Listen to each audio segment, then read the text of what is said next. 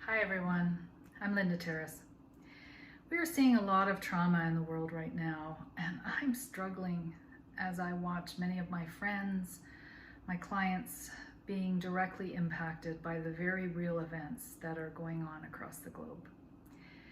We are reminded in the harshest way that leaders in organizations play an important role in acknowledging trauma and helping their people move forward in very difficult times.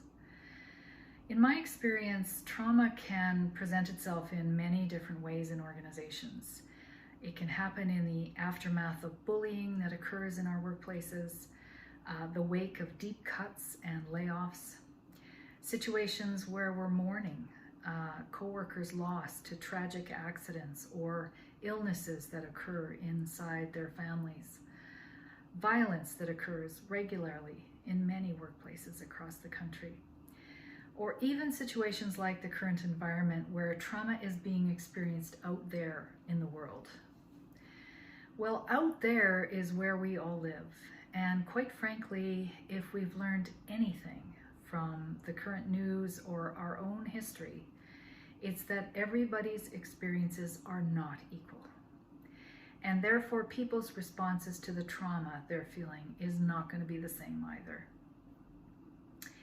Inside the workplace, shared trauma can result in everything from recurring conversations about issues that go over and over again with no apparent resolution, through to, at its most difficult, group contagion. And I think that's what we're seeing on the streets right now. These are complex issues to work through, and it's always best if you reach out for support. But here are a few things to think about right now. The best way to support employees is to nurture a healthy and supportive workplace culture.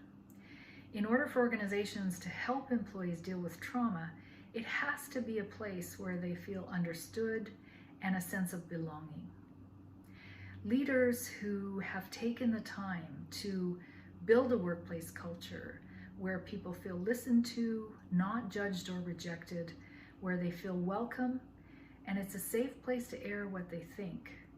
These are the ones that are going to be better equipped to manage through difficult times. Maybe you have some work to do in this regard. There is never a better time to start than now, is what I always say. Think about broader cultures as well. People don't leave who they are at the door when they come to work. How we acknowledge and celebrate that is really important. For example, I've learned in my work about the importance that rituals and practices in gatherings come into play for First Nations communities in Canada. So how can we invite those kind of practices into our workplace in a way that we acknowledges that we're all here together and that we value the diversity of our workplaces. We value what you value, and it's welcome here in our organization. And how do we create conversations that gets us to that shared understanding? It is critically important to give employees a safe space to emotionally connect with each other. We need to talk about these issues, not necessarily to normalize the events, but to normalize the response. We are all humans, and within us, we have the capacity to respond with sadness, with grief, with anger. Consider professional help, particularly when dealing with the most serious events. Most large employers have employee assistance programs in place, and many EAP providers will also arrange for critical incident support for organizations that need it. For others, there is a range of community resources available that would give you access to counselors, therapists, psychologists, and other professionals that are trained to deal with trauma. If you don't know where to start, get in touch and I'll help you reference some contacts and some resources that will get you pointed in the right direction. In addition, as a leader, you need to put yourself out there. Be visible and available to listen. I can recall situations where I and other leaders that I've worked with have put ourselves in rooms with employees to sit and listen. Listen to their difficult stories. It can be painful, it can be difficult, but that's what people need in these moments. You don't have to feel like you need to jump in and come up with all the answers.